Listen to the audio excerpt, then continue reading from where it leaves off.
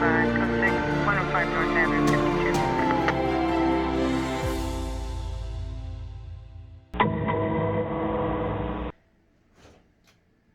Hi everybody, we're here, and for the channel we're going to be trying out these unsolved case files. Now, just as the channel disclaimer, all of these cases are completely fake and for fun purposes only. And here helping me solve my cases is the luxurious lyrical Moonraven and the presumptuous Pixel's mom. Okay, Bish, open the package. Jeez. And all I hear is dun dun. Yep. Oh no, it made whipple noises. Alright, Detective Pixel's mom. Oh no. Let's see what we've got here. Can I be like Stabler Pixel or something? Sure. Rawr. You can be lyrical Ben said. Okay. What does it say? Bonus envelope C. Do not open C. until after completing objective 1, 2, 3. Ooh, the bonus envelopes. I will put those over here. You are the keeper of the bonus envelopes. Alright, let's go check out this file. Okay, I'm done. This is the file of Harmony Ashcroft, who was murdered. When was she murdered? She was murdered May 8th, 1988. It says 98. That's what I said. That's what I meant. Yeah. Weirdo. Okay. So here's the instructions. Unsolved Case Files is a game that lets you solve a fictional crime using the evidence and documentation from the cold case file. Objective 1. Prove Bones is innocent. Okay. When you can prove Bones is innocent, visit the webpage to verify it. Okay. Okay. After proving Bones could not be the killer, you may open bonus envelope A. Alrighty. This will be fun. What all does our file come with? Here's our victim. Aw, she was She's pretty. a pretty girl, that's for sure. Yeah. Here's our evidence. This is from Haven Photography. To be opened by authorized individuals only. Do not use this envelope with evidence that has wet or damp body fluids. Well, there goes me. Jeez. Thanks. Dun dun. Dun dun. Contains photographs relevant to the investigation. Do not bend. Okay. I'll tell you what, I'll let you open those and I'm going to look through some of these. I was about to say, just give them an idea of what we got here, and we'll take a little break until we organize it all. Alright, so we have an inventory list. A huge inventory list. Yep. What else? We have photographs of the murder scene itself. Ugh. Various pictures of the actual victim. The officers involved. And other parties that are involved. Looks in the like actual suspects. Suspects and so forth. Want to take a nice view of the front view of that one for me? Once I finish taking them all out, I will definitely so. That looks like Rose off the Titanic. Oh my god. It does. And we also have a picture of our bad guy that we're supposed to be proving that it has not actually done this. Our criminal. We've got a list of suspects here. I love passing the phone. Yeah, playing past the phone. Yeah. It's actually really well done. I wasn't sure how it was going to be. This helps you to look at things close up. Wait a minute. And her engagement ring. Well, he wasn't being cheap on that. And our Supposed suspect criminal. Dun dun dun. Okay, so our inventory list is a newspaper article from local child psychologist, which is obviously our thingy. Evidence Our report. thingy. Mm-hmm. Our thingy. So Okay. here's the. She was a child psychiatrist. Yep. Here's the thing. The thing. Oh, wait a minute. What's in the back? It's a fake newspaper. It's supposed to have No. stuff. Is there like a crossword puzzle over there, maybe? What is this? Oh, it's the continuation. Okay. Sweet. So we have the evidence report, the engagement ring.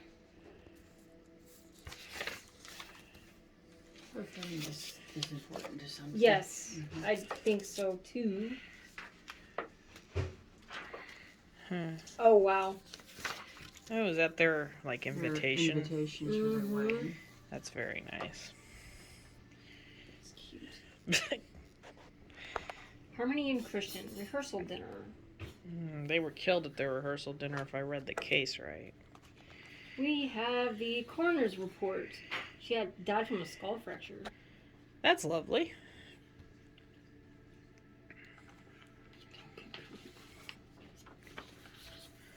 Skull fractures. Looks like a map of Riverdale. Hemorrhaging over the right eye socket. Oh, Jesus. that's sad. What? It says till death do we part on the inside of the ring. That was a little sooner than they anticipated. So here's the map of Riverdale. There's Here the is bar. the newspaper article saying that Bones McBride was arrested for it. William Bones McBride. Yeah. That is, oh wow, okay. Suspect photo for Christian Peterson. Yep. And it looks like all of his info, Hmm. of interest, which would be the interrogation. Witness statement form. Is that her fiance? Yes, it is. Okay. There's Mr. Deer in the headlights. There's bones. He literally looks So that's like the that. same thing. It's going to be suspect photos, William McBride, person of interest on him, and the witness statement from Officer Kent Grayson. Yep. Okay. Person of interest, Rex Ratcliffe. He looks intelligent. Suspect photo, and then the witness statement.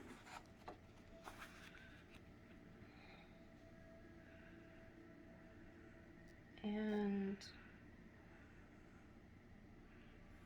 Andy Allen. Oh, I guess there's more than just. Yeah, whatever. There's more witness statements from other people, apparently. Interesting. Where am I? Andy Allen. And interest statement, and then witness stuff and all of that good junk. Sorry, just going through all the inventory here that we're supposed to be having. And then Derek Sivers.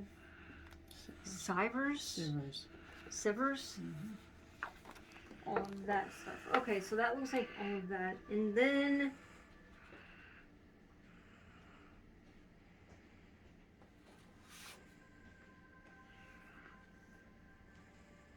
sorry, I'm trying to go through. So, after going through all of our pictures and things that come in our criminal packet, whatever you want to call this, the file, we have decided to start by reading the newspaper article out loud. So, local child psychologist murdered.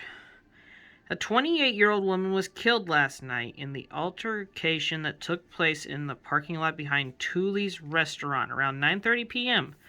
Police have identified the victim as local child psychologist Harmony Ashcroft. Miss Ashcroft was attending the rehearsal dinner for her wedding to Christian Peterson, which was scheduled for today at St. Michael's Church. Police investigators have determined her death to be the result of a blunt impact to the head. According to Detective Jack Stason with the Riverdale Police Department, the injuries were consistent with a face-to-face physical alteration with another person. We've ruled out accidental causes and have launched a full homicide investigation. The victim's body was discovered by a member of the waitstaff while taking out the garbage. He rushed inside to inform the wedding party, resulting in the massive panic of about 30 people, rushed toward the back parking lot to help the victim. Eyewitness reports several members of the party attempt to provide medical attention and administer CPR, but it was clear that they were too late. According to reports, Ashcroft and Peterson left the restaurant to get some gifts out of the car and never returned. Peterson was apprehended by police at his residence around 10 p.m. Peterson claims he drove home for forgotten presents and left Harmony alone in the parking lot where someone else must have attacked her. When reached for comment, the fiancé said, "This is a nightmare. Harmony is the love of my life, and I had nothing to do with it. I'm cooperating with the police, and we're going to find the real killer, and they're going to pay."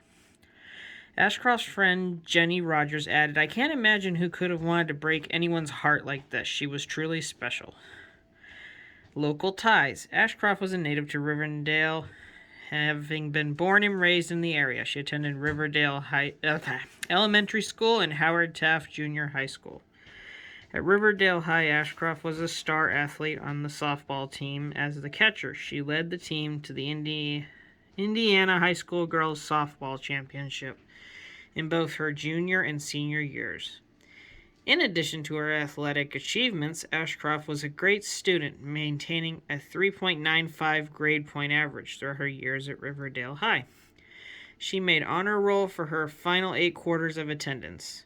Class members recall the young Ashcroft as being a bright, warm girl who would happily put the needs of others before her own. Everybody loved Harmony, says her classmate Gina Spears. She had a sweet way about her that made it impossible to get upset at her. She was amazingly smart but humble about it. After graduating third in her class at Riverdale High, Ashcroft continued her legacy to academic... How do you say that? Academic. Academic. Wow, I'm smart. Academic excellence and athletic greatness at the University of Chicago on a full athletic scholarship.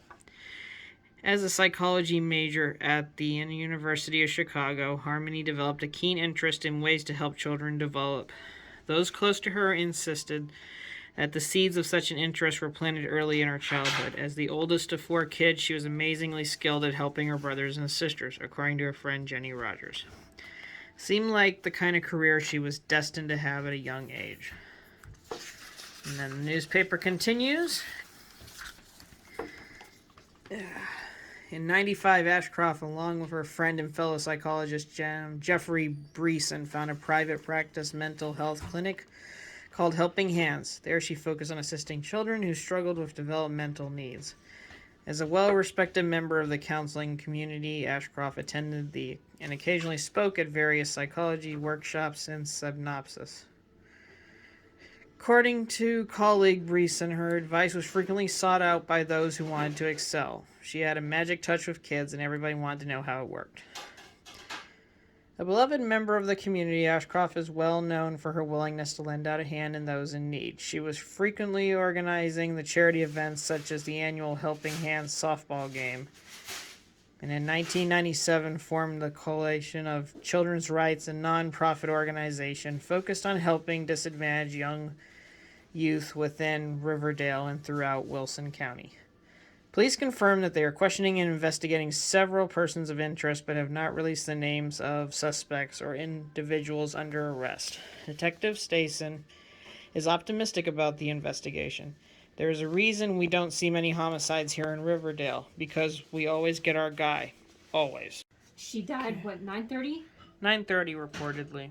So blunt trauma to the head, 9:30.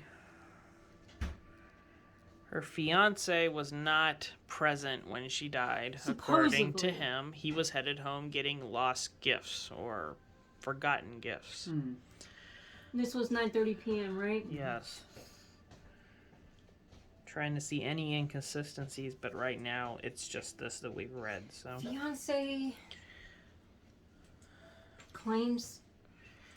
Alright, sorry. I'll keep these over here.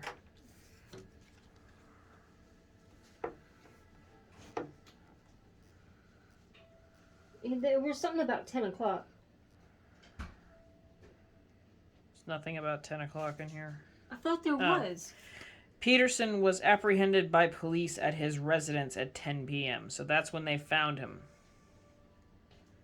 That actually seems a little suspicious, because if he left the parking lot at 9:30, wouldn't he want to rush back to his own party really fast? Unless we are counting in travel time. Fiance claims returned. He already makes me suspicious. Yeah. Exactly. Returned home for Because, what? you know, there's no reason to go home for lost gifts. You can just get them later. Yeah, I mean, not everybody needs to see you open your gifts, ironically. This isn't a birthday party. We are not 10. I think next we should look at the police department, pretty much coroner's DIV. What do you guys think? Okay, Lyrical may do us the honors. At home.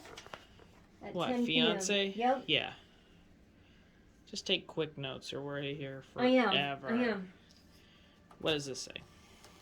This is the autopsy report. Let me see my glasses because I can't see anything without them. So this is the autopsy report. It just has her name, age, all that stuff. She was 125 pounds and 5'4". Says the description of the corpse. Victim appears to be an average 28-year-old woman in good health. External injuries were blunt force trauma to the right eye and anterior scalp. Internal injuries were extensive skull fracture and severe hemorrhaging over the right eye socket. Ugh. Cause of death, blunt force trauma to the head. Victim died within moments of trauma. As you can see, skull fracture. Manner of death, victim was killed by a single strike to the head inflicted by a hand or blunt object. The force and angle of impact indicated the murderer would need to be left-handed or ambidextrous man or woman of considerable strength and height. Should probably write that down because not everybody's left-handed or uses both. No offense, but being left-handed right there should give a clue. But Most what if people more are right-handed. person is